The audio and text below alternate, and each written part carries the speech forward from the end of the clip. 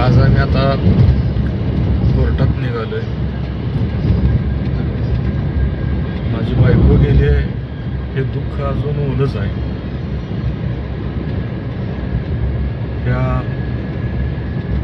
हे दुःख मनात एवढं खोलवर रुजलेलं आहे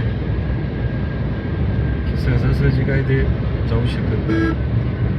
म्हणजे रोज सकाळी उठलं की वाटतं आज तरी किमान सवय होईल, परंतु तिचं हसणं म्हणा, तिचा आवाज कानात घुमल्यासारखा वाटतंय. आणि या दुःखातनं हळूहळू सावरण्याचा प्रयत्न करतोय. तोवरच तीच तेच दुःखाचं ओझं घेऊन कोर्टाकडे जायचं, तिथल्या ह्या रूममधनं त्या रूममध्ये फिरायचं कागद घेऊन. की व्यापाजून डोक्याला वेगळाच लागलाय आमच्या. लोकांना घरात बसून वाटतंय त्यांचं काय सगळं व्यवस्थित आहे, त्यांना काय अडचण असणार आहे. काही लोकांचे काय सांत्वन करते ते, काही लोक मेसेज फोन करतात, काही लोक काही चांगला पण सल्ला देते, काही लोकांना म्हणजे वाईट पण वाटते या गोष्टीचं.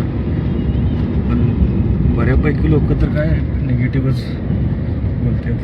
आता त्यांना ज्यांना माहिती आहे, आता काय बऱ्यापैकी लोकांना या सगळ्या गोष्टी माहिती आहेत. कोर्ट, दवाखाना, पोलीस स्टेशन, या सगळ्या गोष्टीतनं काय परिस्थिती उडवते माणसावर. आता सध्या तर आम्ही निघालोय, तुम्हाला दाखवतोच पुढे गेल्यावर काय कशी सिच्युएशन आहे, काय आहे.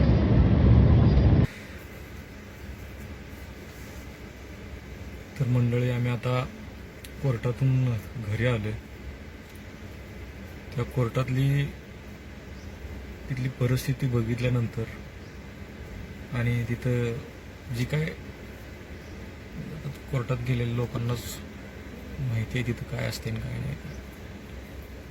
बघा, आयुष्यभर म्हणजे लहानपणापासून मी ऐकत आलो होतो की कोर्टाची पायरी कधी चढू नये, पोलीस स्टेशनची पायरी आणि दवाखान्याची पायरी कोणाच्या नशिबात येऊन असं म्हणते.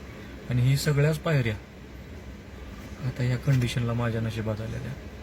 आणि ते पण कधी, ज्यावेळी माझा आधार गेला आहे, मला अशा संकटाच्या काळात सपोर्ट करणारी व्यक्ती माझ्यापासून लांब गेली आहे. म्हणजे माझा आधारच नसताना मला अशा अडचणीमध्ये मी अडकून पडायला लागले. किती म्हणजे आता मी काय किती टेन्शनमध्ये असेल. असो, आता काय म्हणतात त्याला, जे नशिबात जे प्रारब्धात आहे ते तर आपल्याला सहन करावंच लागणार आहे. आता उद्यापासून म्हणजे व्हिडिओमध्ये अनुच्या आणि माझ्या आयुष्यात जी काय घडामोडी घडल्या होत्या, जी काय आमच्या आयुष्यात घडलं, त्या सगळ्या गोष्टी तुम्हाला व्हिडिओच्या माध्यमातून मी आता तुम्हाला सांगणार आहे. शक्य झालं तर म्हणजे कलाकार घेऊन त्याचं हे करता येते का बघतोय. उद्यापासून मी म्हणजे काय बऱ्याच लोकांच्या डोक्यात जी गैरसमज आहे ती काढलं पाहिजे म्हणून आता. म्हणजे असं काही नाही की डोक्यातलं गैरसमज काढलंच पाहिजे असं काही नाही, पण मला वाटतं की जी माझ्यासाठी माझी चांगली माणसं आहेत, म्हणजे जे चांगलं माझं व्हावं असं, किंवा काय म्हणतात त्याला, शुभचिंतक आहेत माझे, त्यांच्यासाठी ही सांगण्याचा सगळा प्रयत्न करतोय मी.